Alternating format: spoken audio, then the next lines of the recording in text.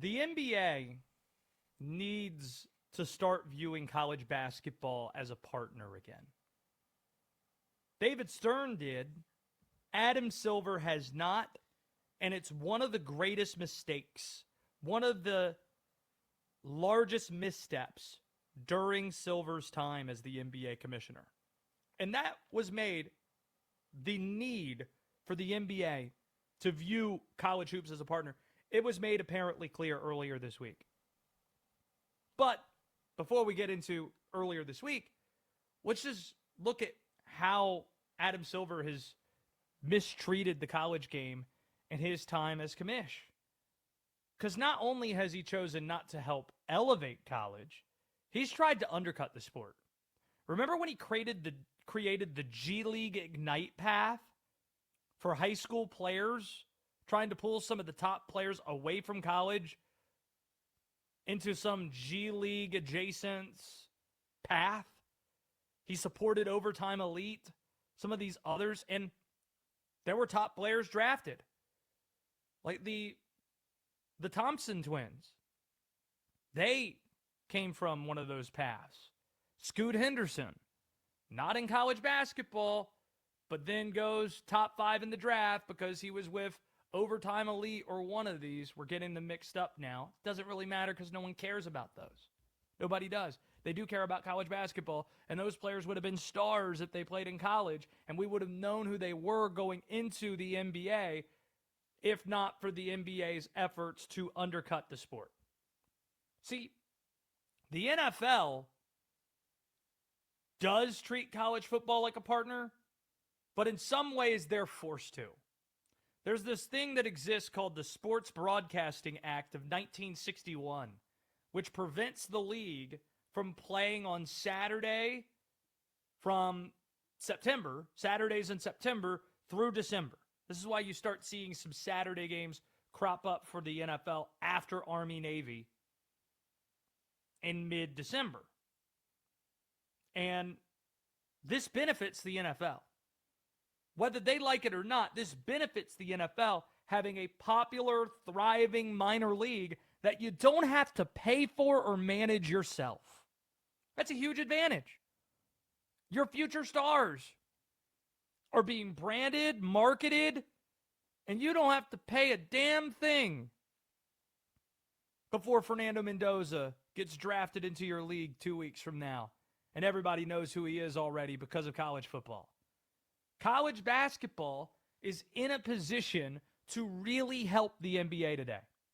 It's the NBA that is currently discussing rule changes to fix tanking with its regular season. It's the NBA that's the TV ratings that are continuing to tank. Not going up, but going down. Meanwhile, college basketball's product is as good as it's been. You got international players choosing to play in college rather than playing professionally overseas, and that's elevated the product. You've guys sticking around longer because they pay now, and they pay well. You do have the high school players coming in as well. Really good class that just came in.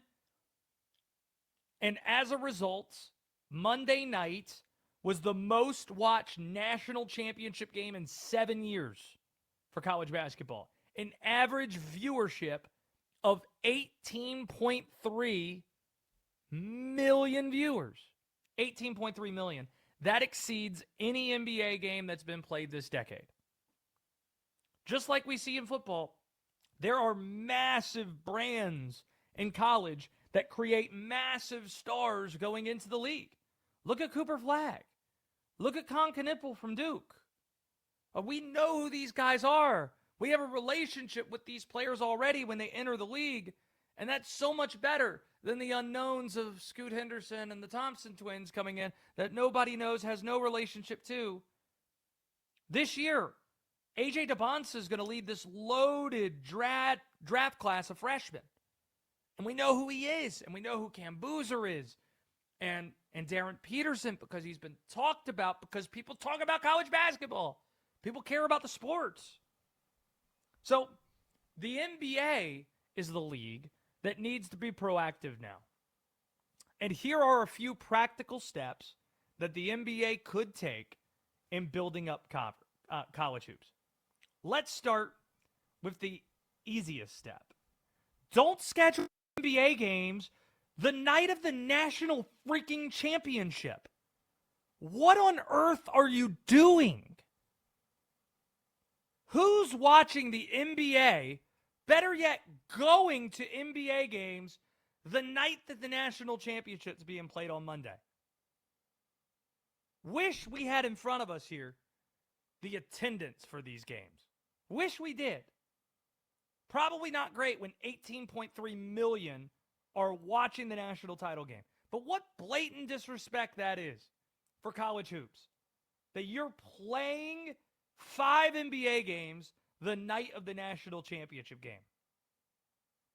Honestly, you want to have a half-baked late night idea, Will, that you're probably not going to get anywhere else? The NBA should figure out a way to have its All-Star festivities happen in March. Have the week off for the NBA be during the Final Four. Have it be that. And then you play the All-Star game. Have it the same site that the Final Four's at. Ooh.